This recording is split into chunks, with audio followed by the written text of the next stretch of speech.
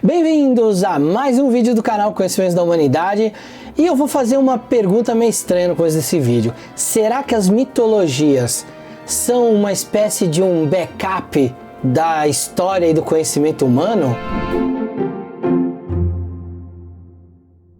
Vamos explicar então de onde veio essa ideia maluca dessa pergunta. Esses dias o Patrick Santos, que é um jornalista que já me entrevistou inclusive lá pro podcast dele, o 45 do Primeiro Tempo, me mandou um vídeo muito bacana de um canal americano que fala sobre algumas teorias, coisas que fogem um pouco do que a gente aprende na escola. E aí ele fala justamente de uma questão muito importante. O vídeo trata de que até 2006 a gente tem vários trabalhos científicos contando a história da evolução humana. Então todo aquele período lá de quantos milhões de anos atrás aparece ali o nosso antepassado que deu origem aos humanos e aos primatas, toda essa coisa depois da ramificação da espécie humana em outras, né, como os australopitecos, os neandertais, os homo sapiens, e aí vai contando essa história humana com achados arqueológicos e tudo, e colocando ali o início da civilização na Babilônia, enfim, a gente tem isso como a nossa história que a gente aprende na escola e ok. Só que de 2006 para cá tiveram grandes avanços na pesquisa arqueológica, antropológica, e a gente já começa hoje a questionar certas hipóteses científicas. Por exemplo, a gente imaginava que o ser humano nasceu ali no oeste da África e saiu em determinado momento da África. Nós já temos estudos mais novos mostrando que talvez o ser humano tenha saído da África muito mais cedo do que a gente imaginava. Tem alguns estudos que estão mostrando que talvez o nascimento da religião, em termos de funerais, né, daquela coisa de ter a ideia de que o corpo precisa ser preservado, de que aquilo tem um apego, e aí tem uma espécie de um rito ali para enterrar uma pessoa, talvez seja mais antigo do que a gente imagine. E isso vem com uma série de coisas, inclusive com conhecimentos. E aí, de repente, dentro dessa proposição, e agora, galera, eu quero que vocês abram a cabeça de vocês, porque agora é hora de falar de maluquice. Agora não é hora da gente estar falando só da ciência já comprovada. A gente vai falar aqui de hipóteses que são levantadas por vários cientistas do mundo inteiro e que ainda não foram confirmadas por pares, mas que são coisas que estão rolando por aí que podem ser verdades. O que alguns estudiosos estão sendo levados a crer é que a humanidade desenvolveu vários conhecimentos e que por causa de alguma coisa que aconteceu entre 12 e 10 mil anos antes de Cristo, a gente meio que deu um reset.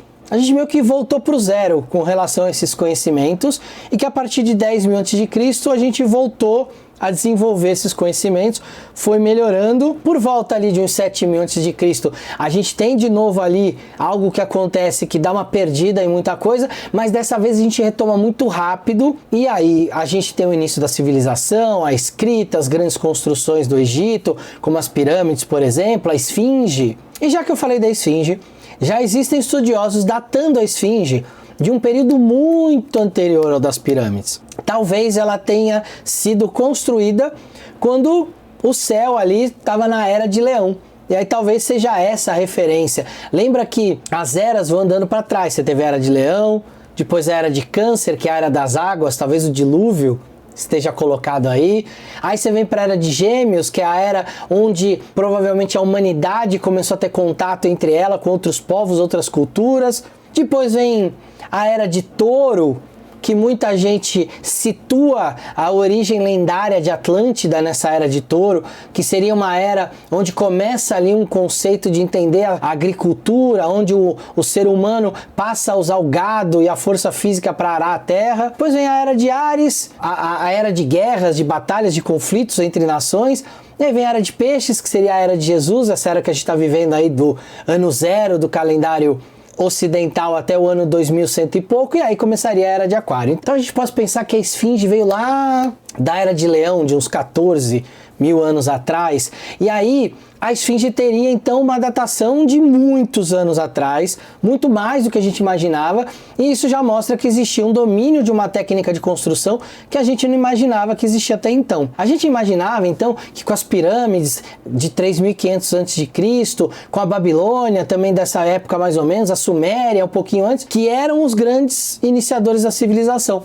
Mas a gente descobriu recentemente na Turquia, Göbekli Tepe, Tepe, que é um lugar que é mais antigo e que era um grande complexo de construções, provavelmente com caráter religioso, e que a gente já sabe que ali era uma espécie de ponto de encontro de várias rotas humanas, comerciais, culturais.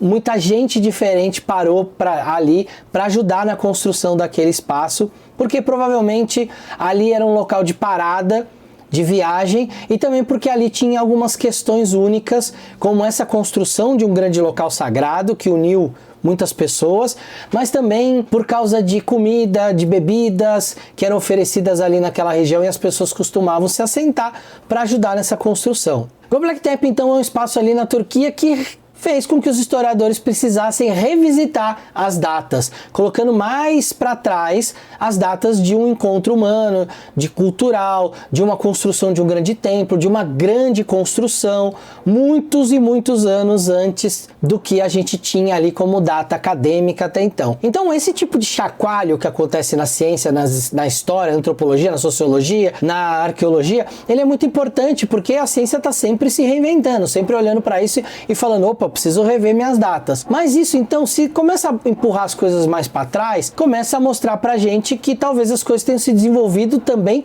mais para trás. E aí vem várias teorias, e algumas são muito importantes para a gente chegar a responder a pergunta do nosso vídeo de hoje. Existem algumas teorias multidisciplinares de que em alguns momentos da nossa história, talvez em 2 momentos específicos, nós fomos atingidos aqui por alguns eventos de extinção em massa. Um desses eventos a gente já sabe que tem a ver com uma era glacial, um derretimento de massas de gelo. A gente não tinha só as calotas polares, o gelo tomava boa parte do norte da Europa, onde é o Canadá hoje, parte dos Estados Unidos, e esse gelo, quando derreteu, ele elevou muito o nível dos oceanos, e isso pode ter gerado a ideia presente em todas as mitologias do mundo de um dilúvio.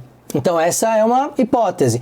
Outra é que em 2 momentos muito específicos da humanidade, por volta entre 10.000 a.C., 12.000 a.C. e entre 6.000 a.C. e 8.000 a.C., a Terra foi atingida por meteoritos.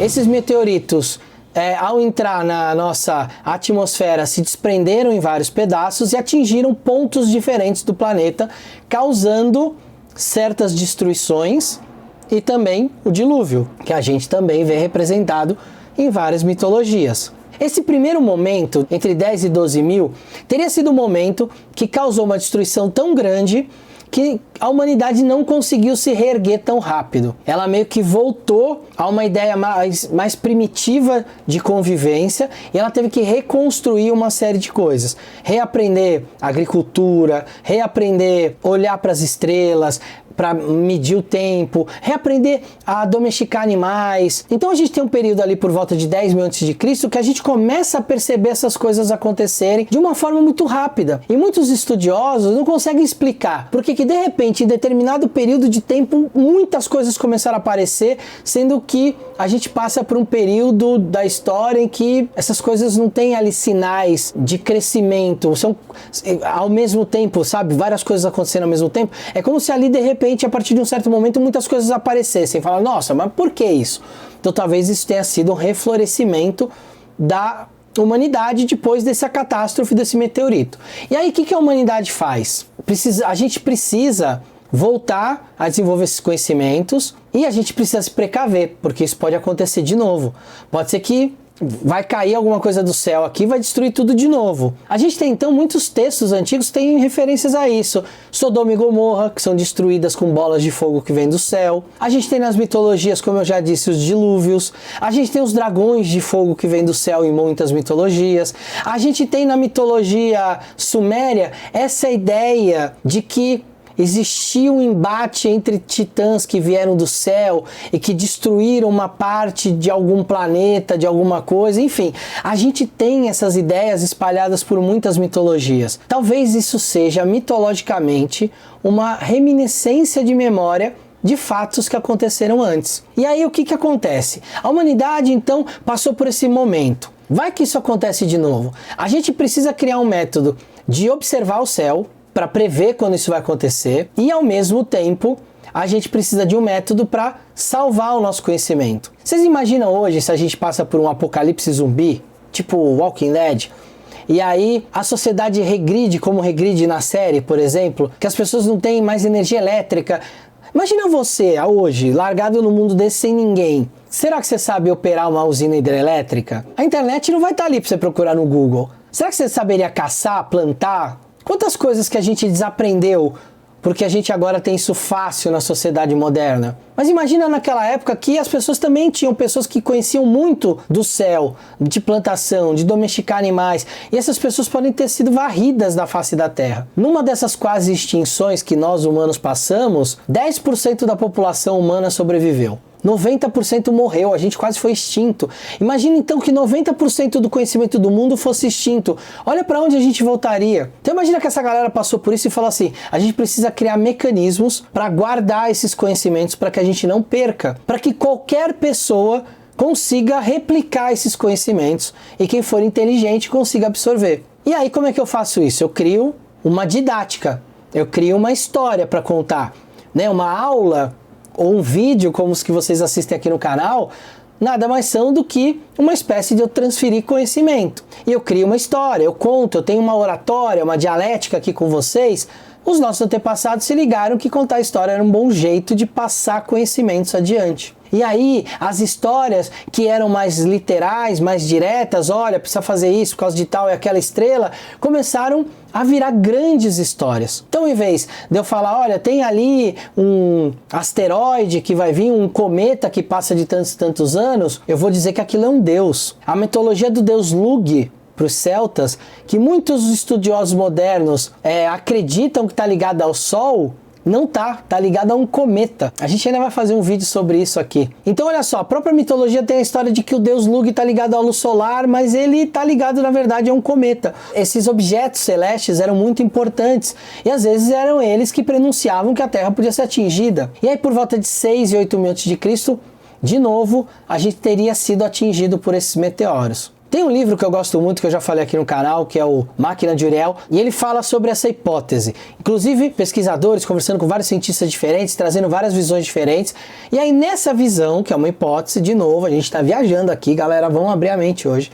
Nessa hipótese, um meteoro chegou, quebrou em 7 pedaços e foi atingindo dali da região onde é o rio Tigres e o Eufrates, né, onde é a Mesopotâmia, foi atingindo, foi caindo os seus pedaços dali, foi atingindo o Oriente Médio, Turquia, sul da Europa e o Mediterrâneo. Isso causou dilúvios, causou destruição de novo do conhecimento, e aí a gente vai ter esses registros míticos dentro das mitologias com relação a isso, e as histórias que vão nascer para contar, por exemplo, como eu devo preservar os conhecimentos. Vou pegar uma história clássica, que tem 3 sentidos, um literal, um alegórico e um místico. A gente hoje vai trabalhar com o sentido alegórico dela, que é a história da Arca de Noé. Então, Noé recebe uma mensagem dos céus, né, de Deus que está nos céus, nos paraísos, de que vai ter um dilúvio e ele precisa construir uma arca. Galera, dilúvio é um lance que vem e destrói. A gente teve um tsunami devastador no Sudeste Asiático no começo do século XXI, que morreram mais de 300 mil pessoas.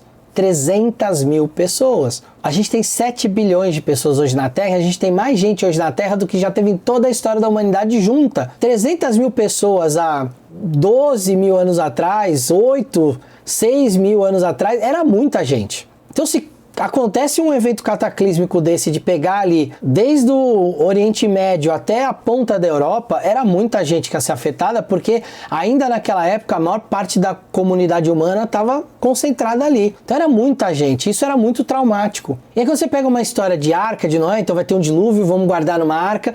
Lembra que a arca dentro da mitologia judaica, ela tem uma dupla interpretação. Ela pode ser um barco, como a gente está normalmente condicionado a pensar, mas ela pode ser um repositório de conhecimentos. Lembra que quando Deus faz a aliança com os homens, as tábuas dos mandamentos são colocadas e guardadas na arca da aliança? Tábuas do conhecimento divino de Deus, que para os cabalistas é a Cabalá, é a Torá organizada em forma de Cabalá. Para os cristãos são os 10 mandamentos, que são as leis divinas, são tão importantes que são guardadas numa arca. Então imagina que cada casal de animal que entra na arca representa um aspecto do conhecimento humano.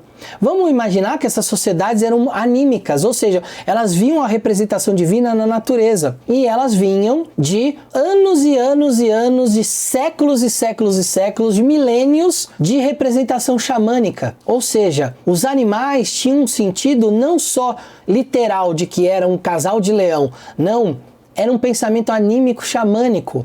Era uma religião primitiva ainda, não tinha os grandes refinamentos filosóficos. E como religião primitiva, eles reconheciam na natureza aspectos deles espelhados. Então quando eu falo num casal de boi e vaca entrando na arca, eu estou falando do conhecimento preservado da agricultura. Quando eu estou falando de um casal de cobras entrando na arca, eu estou falando do conhecimento preservado, talvez da espiritualidade, talvez de mexer com o veneno da cobra. É muito difícil a gente cravar o que era que eles queriam representar com cada animal. Mas se a gente fizer um estudo do xamanismo, trouxer as associações xamânicas que a gente faz dos animais, o cachorro a fidelidade, o leão a coragem, é claro que eu estou fazendo um reducionismo aqui, tá? Mas se eu começar a trazer essas qualidades, eu vou ensinar para o meu filho, naquela época, o que é coragem, eu vou usar o símbolo do leão para isso. Quando eu preservo esse símbolo, ou eu preservo o conceito filosófico, a sabedoria do que é coragem dentro de um repositório que eu vou chamar de arca, eu guardo isso para as próximas gerações, porque essa arca pode ser enterrada, e mesmo com dilúvio ela pode ser desenterrada,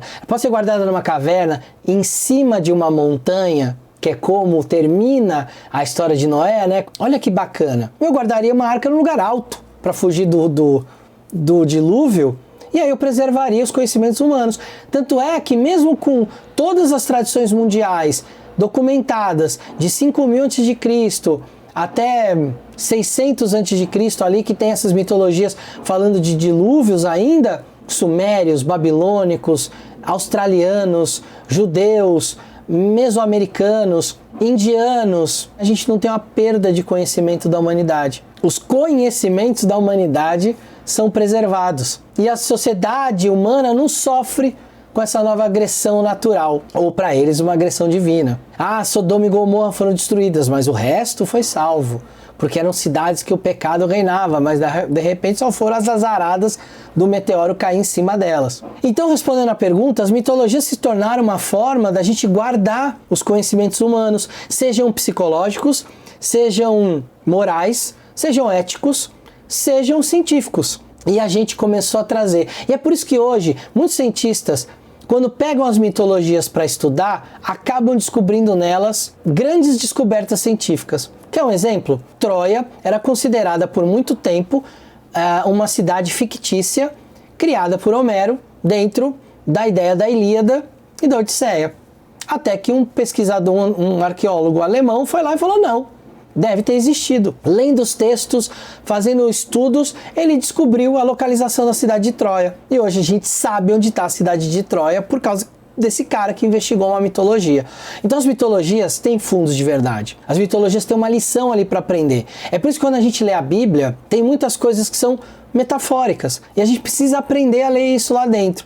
E tem coisas lá dentro que são registros históricos, como por exemplo a citação da cidade de Jericó, e que depois foi encontrada arqueologicamente também. Então a gente tem uma mistura de fatos históricos com alegorias, onde os fatos históricos servem para situar onde a história aconteceu, e as alegorias servem para transmitir de uma maneira mais lúdica, mais fácil, para que todas as pessoas dentro de uma cultura, desde a criança até um idoso, desde uma pessoa com menos instrução até uma pessoa com mais instrução, consigam compreender com essas alegorias as histórias e os ensinamentos que tem por trás. Não é Jesus que ensinava através de parábolas? Porque através das parábolas, do mais simples até o mais erudito, conseguiam entender o significado ético, moral e o aprendizado que ele passava? Então a resposta é que provavelmente sim, as mitologias são grandes backups da história humana. São grandes formas de resgatar conhecimentos antigos sem que a gente perdesse para uma grande catástrofe. Não se esqueça de dar like nesse vídeo, de se inscrever no canal.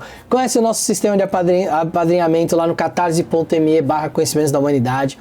Espero que vocês tenham gostado. Foi um grande exercício aqui de reflexão. Quero ouvir um pouco do que vocês pensam também. Será que isso faz sentido? Será que isso é muita maluquice? Será que realmente as mitologias eram só historinhas para criar deuses? Ou será que elas têm esse fundo de verdade? Comenta aí embaixo para dizer o que você acha disso. Se você já leu sobre isso, já estudou sobre isso, comenta. Esse comentário sempre é bem-vindo. A gente se vê no próximo vídeo. Esfirras mitológicas para vocês. Um beijo e até lá!